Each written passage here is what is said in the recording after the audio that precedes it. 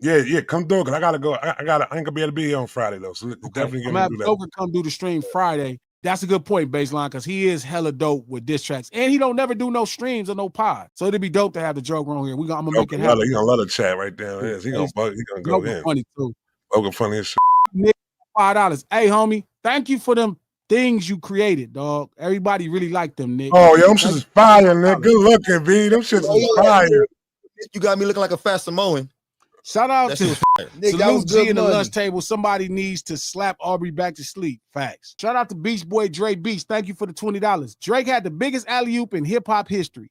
Placed with 3 of the biggest entities, UMG, YMCMB, and Rap A Lot. Biggest budgets behind them coming in, and biggest features on his debut album. Definition of an industry plant. Since you put it that way, I can understand the thoughts. He definitely had a pop budget that was crazy, but you know, I mean, he was a worthy talent. They got it right, but it is something owed to him, and I don't agree with Trap. Like when people start to empower you and they position you that way, there is a level of loyalty that's owed to them. That's not to say you can't do business, but business really got to matter because it got to be some favor.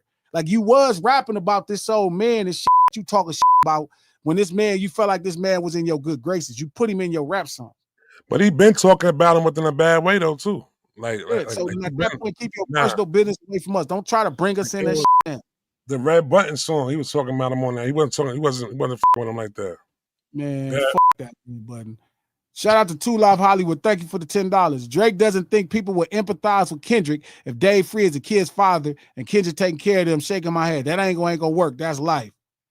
It ain't gonna even be true. That's the crazy part. Shout out to Karen. Karen De Silva. Thank you for the 10 euros. Fire. Glad I'm 57 years old, and it was Kendrick that brought me back to hip hop again. Not Drake.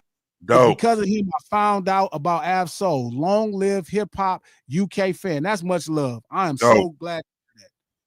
That means a lot to me to hear that. That's dope. That's real. They really had it the hard way. They did their thing, man. I can't tell you how proud I am of them boys. They I've been knowing them dudes since they was really little boys. You know what I mean? I wonder how she thinks she's from the UK, right? Yeah. So I wonder how how are they receiving Drake being over there right now, trying to, you know what I'm saying, colonize over there right now. Soak up their culture. Trying to colonize over there. It's trying to soak up their culture, trying to, what they call them, Jamaica? We're trying to Hickam. Hey, I wouldn't look at that. That is very odd. Like, and it's funny because it's so odd, man. The Fat Joe conversation is so perfect because this is a prime example of UMG doing a bunch of stuff for one artist that they showcase. It's a belief that people are like, well, he was. It's not true. They made that shit. They make it, and you do need enough talent because they couldn't do the same thing for me and it would work the same. He was worthy of it. They did do a lot of extras for him, Trap. Like a lot of extras, homie. So it's like there is a level of loyalty owed. There is. There should be. But see, that's because that's in our culture, Trap. But at the same time, though, that's why I said the loyalty I feel like is owed to Birdman and I ain't gonna cry either way for you because I understand what they did for you to position you that way. So now if it turns out right now, say this goes on and 3 years from now they go get him, gonna all say they went and got him and he deserved whatever he got like that, like you said, like with the Diddy shit like that. You know what I'm saying? No, I'm never gonna feel like that because he's still a brother. You know what I mean? Even though he's a piece of shit and there's some lame shit, there's going to be a level of empathy that I'm gonna have for him in this situation because it ain't like UMG have to fabricate everything. They'll put some shit that's close to you in the same position. So, you know what I mean? We got to see, homie. Like, but I tell you one thing, this a bad thing. And trust me, ain't nobody that clean.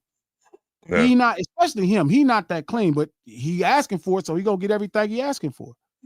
He said the dirty line will come out. Guaranteed. They're gonna definitely do some bullshit. And you gonna realize your money and your team ain't nowhere near as big as they team. Well, the one I ain't even gonna talk about that right now. But you know who his team is though. The little ones. Yeah, but that's not his team, boy. That ain't gonna matter right here, boy. You gonna really see the difference right here. You're gonna see the real deal versus that deal. Bro, listen, man. I done seen this movie play out every time. People talking about, can you beat UMG? Yeah, you can beat UMG. You can't beat UMG and be in this business though. You could beat him. And you ain't gonna beat UMG and actually be wrong. That's the problem too. Like he's wrong. Like if he was right, it'd be different.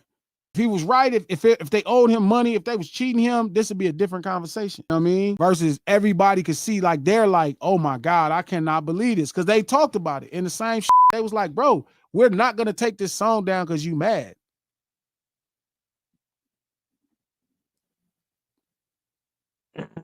But look, I told y'all how this shit gonna happen at the beginning. I'm just tell you how it's gonna happen at the end.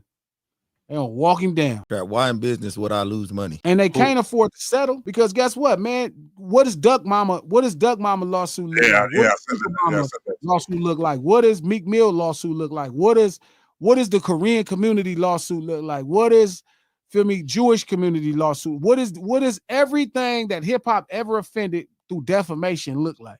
They can't even afford to settle. They can't afford to. How long you see this lasting for?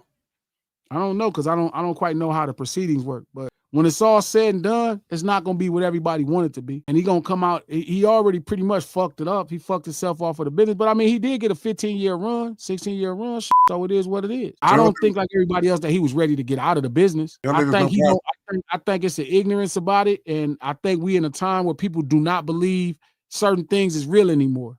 I got a question. What is Drake actually asking for? Does he want some money from UMG? Yeah. Or he just wanted them to stop the record from playing? Well, his initial thing before the lawsuit was he wanted them to stop the record. He wanted them to do something about the record. And they said no. Then it morphed into what? I'm going to present a lawsuit. And now he wants money now? I think that's what he's asking for, damages. Because I'm lost now on what he's asking for now. I didn't lost. Like, what the fuck is he asking for? I'm gonna be honest with you. What Drake is doing right now is this is a real definition of a crash out. Like if he wins or loses, it's going to be bad for him. You call me a name, so pay me. Is that what he's saying? He's crashing out. Well, nobody called him a name. I mean, that's what he's saying, though. You call me a name. No, he's saying they promoted Kendrick's record that called him a name. What does a win look like for Drake in this? Like, he can't even win. There is no win. He can't even